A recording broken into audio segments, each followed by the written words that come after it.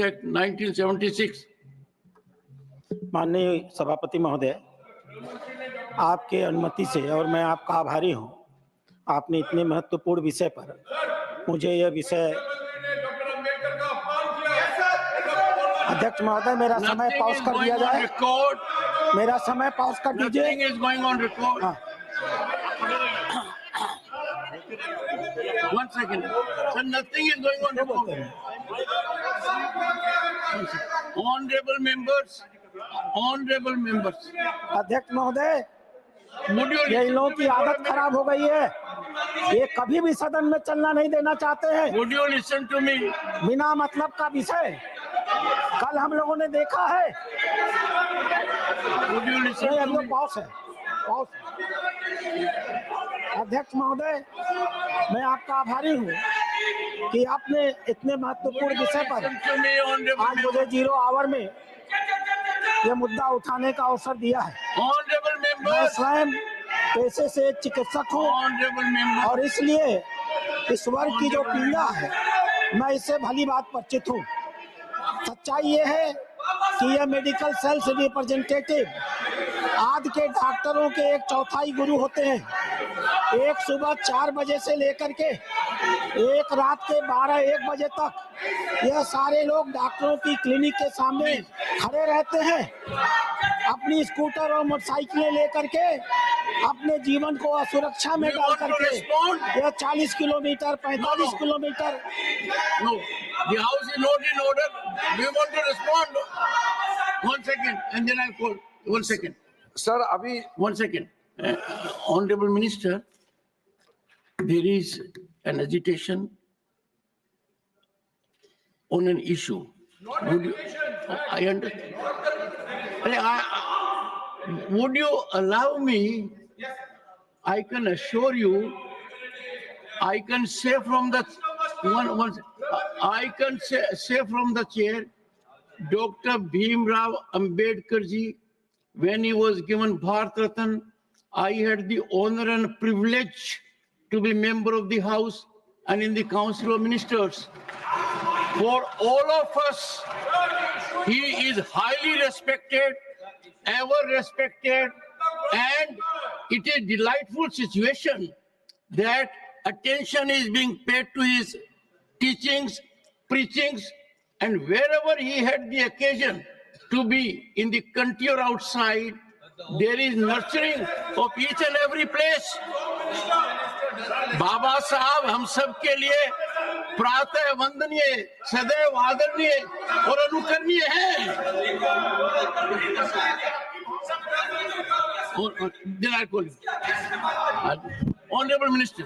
Honourable chairman sir, कल बहुत साफ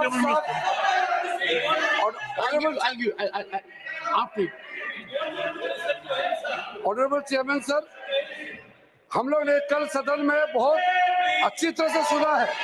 गृह मंत्री जी ने बहुत साफ शब्दों में बाबा साहब भीमराव अंबेडकर जी के बारे में हमारा श्रद्धा का भाव को प्रकट किया था और साथ साथ में ये बताया कि बाबा साहब अंबेडकर के जीते जी कांग्रेस पार्टी ने अंबेडकर जी का कैसा अपमान किया और बाबा साहब को जीते जी और बाबा साहब परिनिर्वाण होने के बाद भी इतने साल तक कांग्रेस पार्टी ने भारत रत्न से नहीं नवाजा गया और साथ साथ कांग्रेस पार्टी ने बाबा साहब को इंसल्ट करके 1952 में बाबा साहब को चुनाव में षड्यंत्र के तहत बाबा साहब को हराने का काम कांग्रेस पार्टी ने किया है।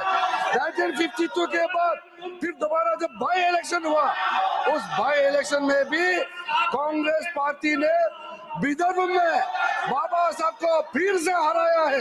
कांग्रेस पार्टी ने अगर बाबा साहब को कांग्रेस पार्टी नहीं हराते तो 52 के बाद भी बाबा साहब दोबारा चुन के इस सदन में पार्लियामेंट के मेंबर होते। बाबा साहब भीमराव जैसे आदमी को इन्होंने हरा करके देश के साथ इन्होंने खिलवाड़ किया है। आज बाबा साहब का नाम लेकर के उसके नाम को दुरुपयोग करने का काम किया है, उसी को गृह मंत्री ने बताया था कि बार बार अंबेडकर का नाम लेकर के उन्होंने छल कपट करने का काम किया है।